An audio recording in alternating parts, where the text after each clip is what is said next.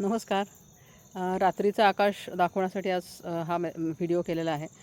माझ्या मागे जो आहे हा चंद्र आहे आणि त्याच्या वर जो आहे तो शुक्र आहे. आज 4 डिसेंबर 2024 आहे. शुक्र हा जो ग्रह आहे हा आपल्याला अगदी आकाशात नेहमी अतिशय ब्राईट दिसतो. ह्याचं कारण असं आहे की तो सूर्याच्यापासून दुसरा क्रमांकाचा ग्रह आहे. आकाशामध्ये जेव्हा असे 2 ग्रह एकमेकांच्या जवळ येतात तेव्हा त्याला युती असं म्हणतात मराठीमध्ये, आणि इंग्लिशमध्ये त्याला कंजंक्शन असं म्हणतात. अशी ही युती दिसणं फार असं अनकॉमन नाही आहे. हे खूप बऱ्याचदा दिसत असतं.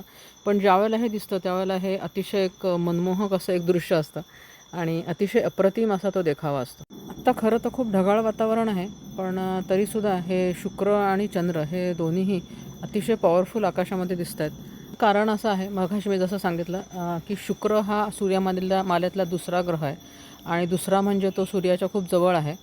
खूप मोठा ग्रह नाही आहे तो, तरीसुद्धा तो सूर्याचा जास्तीत जास्त प्रकाश त्याला मिळाल्यामुळे तो इतका पॉवरफुल दिसत असतो नेहमी. वाव, इथून त्या दोघांच्यामधून विमान चाललं आहे, सुंदर. चंद्र हा दररोज 50 मिनटं उशिरा उगवतो. त्याच्यामुळे आत्ता जो चंद्र आहे उद्या तो ह्या शुक्राच्या थोडासा वरती असेल. उद्याची सुद्धा ती युतीच असेल, पण कदाचित ते थोडे एकमेकांपासून लांब असतील आजच्यापेक्षा, पण तरीही ती युतीसुद्धा बघण्यासारखीच असेल. हा जो बाजूला जे चंद्र थोडासा प्रकाशमान झालेला दिसतो आहे, ह्याला आम्हाला शाळेत असं शिकवलं होतं की हा पृथ्वी प्रकाश आहे.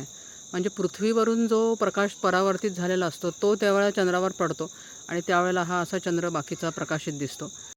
तर मंडळी, तुम्हालासुद्धा कोणाकोणाला ही चंद्राची आणि शुक्राची युती दिसली असेलच. तर ज्यांना कोणाला दिसली असेल त्यांनी त्यांचे फोटोज पोस्ट करा. आम्हाला सगळ्यांना बघायला नक्की आवडेल.